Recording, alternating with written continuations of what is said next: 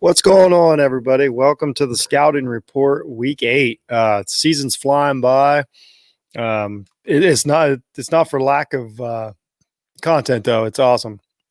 But just stopped in. We were going to talk about the biggest storylines, the biggest upcoming games, and everything from Week 8 of college and NFL. I call it all Week 8 because they're so blended now. There's no reason to try and divide them up. We got college teams that have played 2 games and some that have played it. We all know the deal, but we're gonna try and get through this together. So appreciate you joining me. I appreciate everybody checking out my stuff on Off the Ball Network. The site's really jumping off. Articles are going good.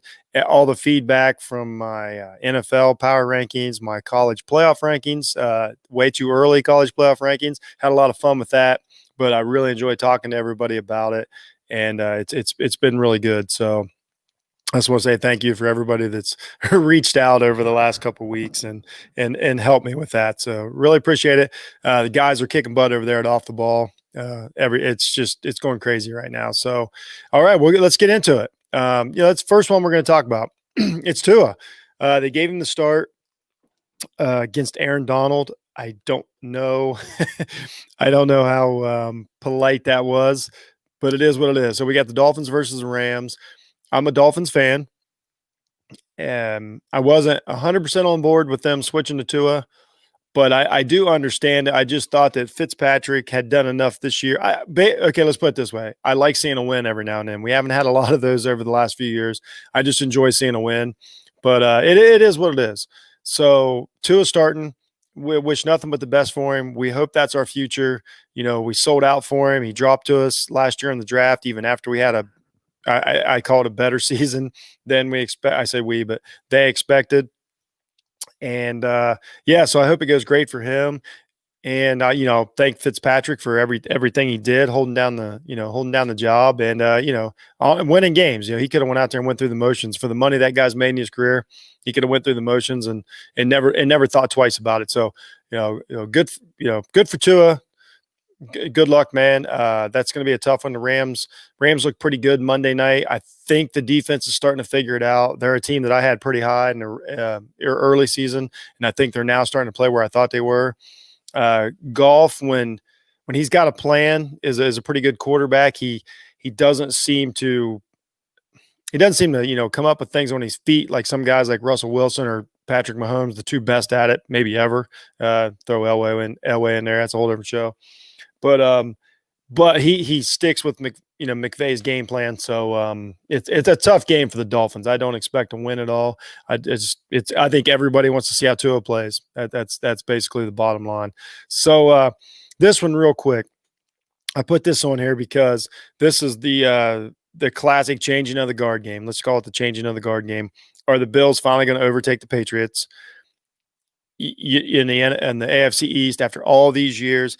I think, and a lot of people are saying this, I'm not the first one. I think a lot of Belichick's shortcomings and general manager are starting to come to focus without Brady there. And with Cam there and basically with the same personnel and offense, it's just not working. So I think him and McDaniels have a lot of egg on their face right now.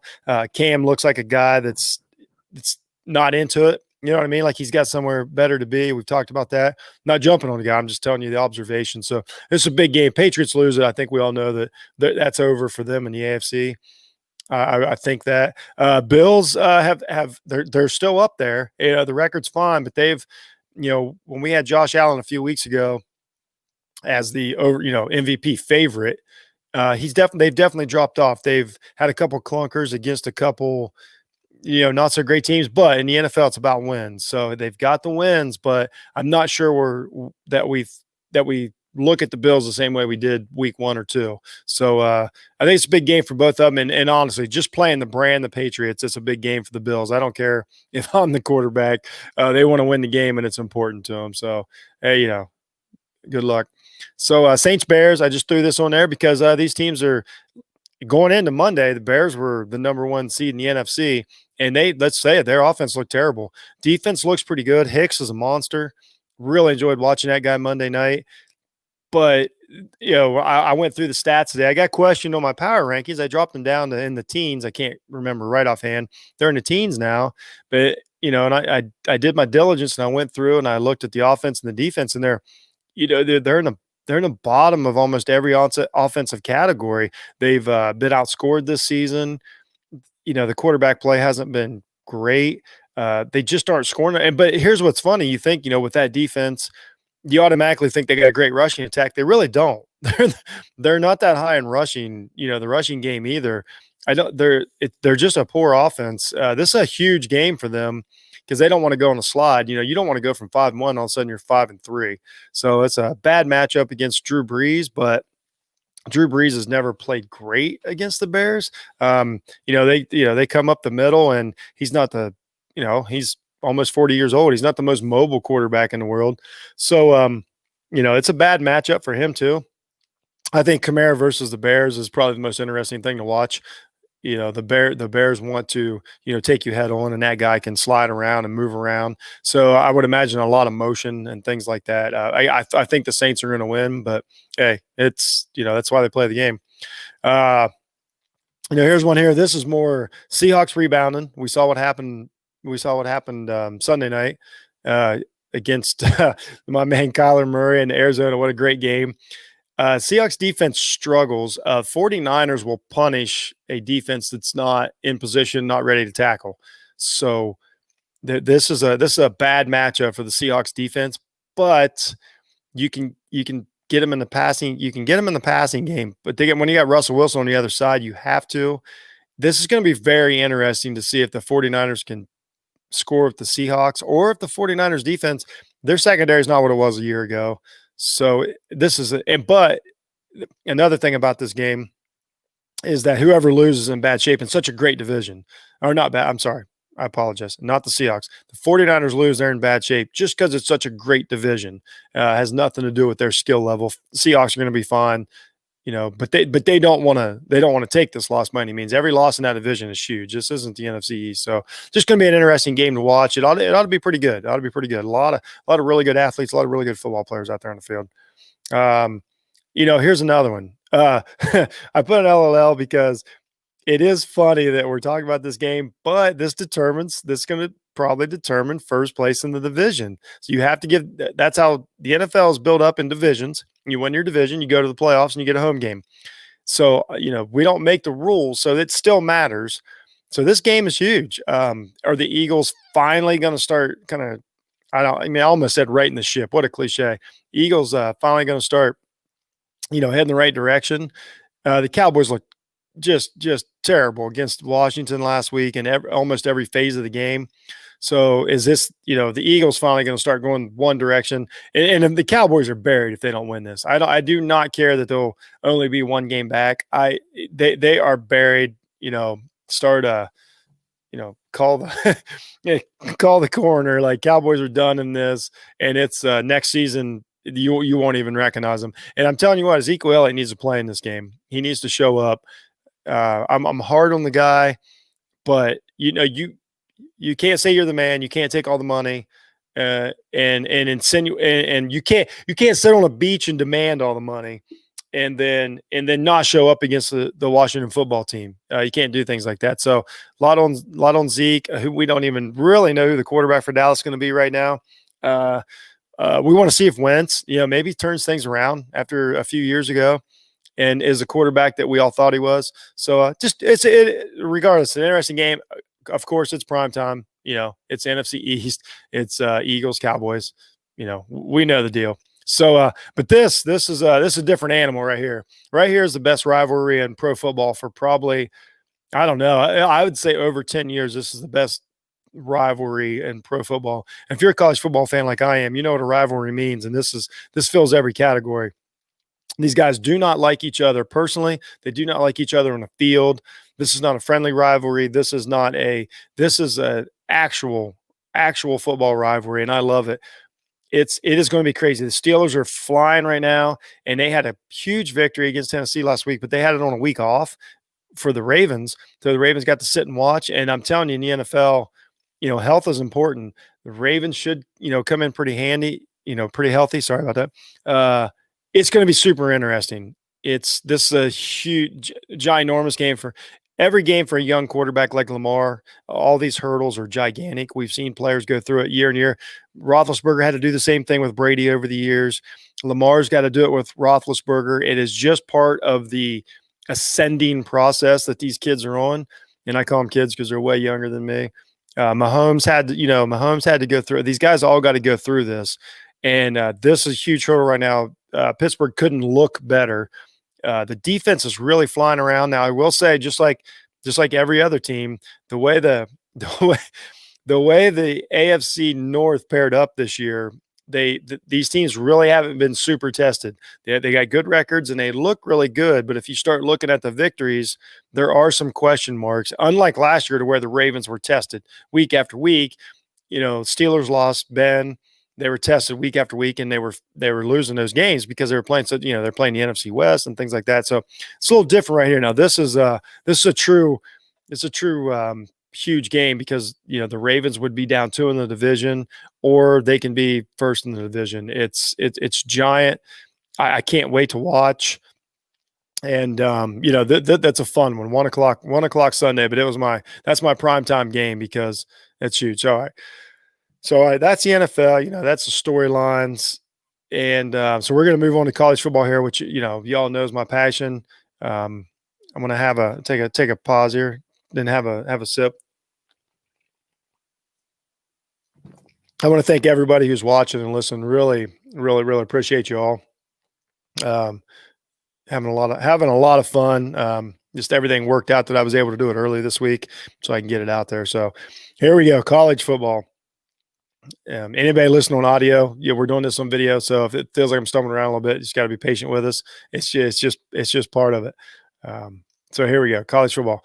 So I kind of jumbled these ones in here, and it may not make sense when you first see it, but Coastal Carolina, Shades of Claire's. You got Cincinnati, and then you've got Oklahoma State. Their matchups aren't great this weekend, but now we're into college football, and it's all about. College football, we talked about the NFL divisions and all that. College football is the exact opposite. It's eyeball test and your record. These 3 teams are undefeated. I think Coastal Carolina is one of the stories of the year by a landslide. Of course, they're not as good as Clemson. Of course, they're not as good as Alabama. But that's what makes college football so much fun. How high can they climb in this odd year? Cincinnati looks good. If anybody checks out my early playoff rankings on Off the Ball Network, I've got Cincinnati in the top 10. They have to look good every game, but they do, but they don't, so I said a benefit was that they don't have to play a Power 5 team. Like last year they had to play Ohio State. They had a great season after Ohio State, but they could not get past that 70-point deficit. So this year they don't have to play one of those teams. So now it's all eyeball test, but they play in a conference that, it's not a Power 5 conference, but if they look great every game, they're a legitimate team. If they're in the Big Ten, I think they're in the top half of the Big Ten. I really do. So, it's all about the eyeball test and can they creep up there and how high can they creep up there? So that's interesting. Oklahoma State, Power 5 team, holding down the Big 12. They're the only legitimate Big 12 contender for the playoffs. But here's the thing. If they go undefeated, they got a really, really good shot because of just the schedules the other teams have to play. Because, even in the end, the SEC teams got to play each other. Notre Dame's got to play Clemson maybe twice. Clemson's got to play Notre Dame. So Oklahoma State wins out. I'd give them a really good shot to make the playoffs. But what's weird, this year they're doing it with running and defense. They're scoring almost half as much as they normally do under Mike Gundy. It's just crazy. So, but really, but they look really good. So this is more just like, did they win games? Like, oh, did they keep winning? So that's why I put them on there. And so this next group is essentially the same thing, except these are the name brands. So we got Alabama, you got Clemson, you got Wisconsin, and Michigan who started playing. I understand Wisconsin is in because of COVID um, guidelines and stuff. They're in a hole right now. They've had some players test. I don't get too much into that because I can't predict it. So there's no reason for me to talk about it for 2 hours. So yes, they are in a hole. They lost their starting quarterback who had a great game last week, Wirtz. But anyway, they're still undefeated. They're top 10. Michigan looked great. And we all know that if you come out of the Big Ten undefeated, you're going to the playoffs. Whichever team comes out of the Big Ten, if a team comes out of the Big Ten undefeated, they're going to the playoffs. So, you've got to put them in the discussion. So this is another one, like, Bama and Clemson favorable matchups. Bama plays Mississippi State.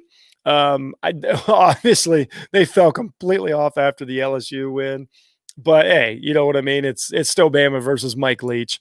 Even if you want to watch Bama destroy Mike Leach, which I think Nick Saban will probably do now that the Big Ten's back.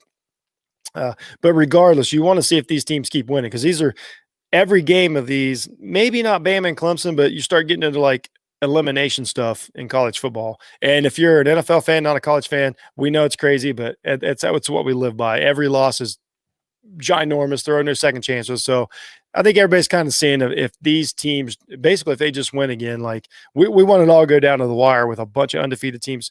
Wisconsin and Michigan play each other. So they're going to figure that out. Clemson and Bama can go undefeated all the way to their championship games. So it's great. Michigan gets a shot at Ohio State. So I just think there's four teams that, like, you just want to see if they're going to win. You know what I mean? And then here's the big one in college football this weekend. It's the Ohio State Buckeyes versus Penn State Nittany Lions over in Happy Valley. It's odd. This would have been in an average year. This would have been the craziest game outside of maybe Alabama LSU last year on the college football schedule in the last 12 years. But then Penn State loses last week. I'll say a crazy one, Indiana. I won't even say a tough one. I don't even know what to make of that game. Good for Indiana. But that doesn't matter, because I'll tell you the benefit of losing the game like that for Penn State is that, they've been through it. Those kids come into this week and they've been tested. They've been slapped in the face. They're not going to back down. They will. They really, every one of them will take it seriously and really want to beat Ohio State, as to where Ohio State played the game as essentially a scrimmage. And no offense to Nebraska, but it was. Nebraska never intended to win that game. You're running the option in the fourth quarter when you're down 30. Like, I'm just saying, never intended to win the game. Ohio State was working on things. Quarterback doesn't go, 20 for 21. If you're not just working on things. It was impressive by Ohio State. But this week they're gonna get some kickback. Penn State's always had a great game plan for Ohio State. Usually come up with a surprise running attack. They know how to attack Ohio State. Let's not deny the fact these games are huge for Penn State. This is their season. This is the game that Franklin's got to win. It's between Harbaugh and Franklin. Like, who's winning this game? And I'm being honest, as living in the Big Ten and watching this year in and year out. So this game is ginormous for Penn State. They're well coached. They always have some surprising, players that we don't know about. Our secondary did not get tested last week. We know we can be got up the middle. Our linebacking core has got some question marks. Talking about it all week. I talked with a friend today. Like, we're at what point do you switch out a linebacker for a safety? Maybe start running a 3-3 or 4-2 or something. So this is the last test on paper for Ohio State before they get to the Michigan game. I'm just saying, like, that's how everybody's looking at it. It's going to be interesting. It's really going to be interesting. We know that Fields is uber talented. This guy's a star, with beyond the shadow of a doubt. I've got some thoughts about that after this weekend. We'll talk about it. But yeah, they're talented, but I don't. It's not going to be what we saw the other day, and I don't think it'll be what we saw from Penn State either. I think there's a middle ground there to where you got a really good football game. It's actually one of the better rivalries in college football right now that is probably not talked about near as much as it should be. These teams are not fond of each other. The fans, I don't know. I've met some good ones. I've met some bad ones. I would say they would tell you the same thing. So, that's it for the scouting report. I want to thank everybody that watched. I want to thank everybody that's listening right now. Once again, this is Jeff Needs Sports. Go subscribe, go listen. Give me I would adore a 5-star review. That's really kind of you. Shout out the Off the Ball Network. That's where a lot of our stuff is going. We got some exclusive stuff on there now. Everybody's writing. There's some really good content going up right now. My rankings are out every week on there. I also put them out on Facebook, at Jeff Needs Sports, Twitter at JHunt006. If you want to get a hold of me, it's been a really fun, exciting week. The beginning of the football season has been awesome. Everything's going great. So it's awesome right now. It's a good time. It's a good time to be Jeff. So shout out to the Off the Ball crew. All your shows, everything's going good. And we will talk to you. If you're Buckeyes fans, check out my show. It's going to be on Sunday mornings. It's the Buckeye Remix, where we talk about. I literally, it's just fanboy, and I talk about what I saw in the Buckeyes games, and we have a good time with it.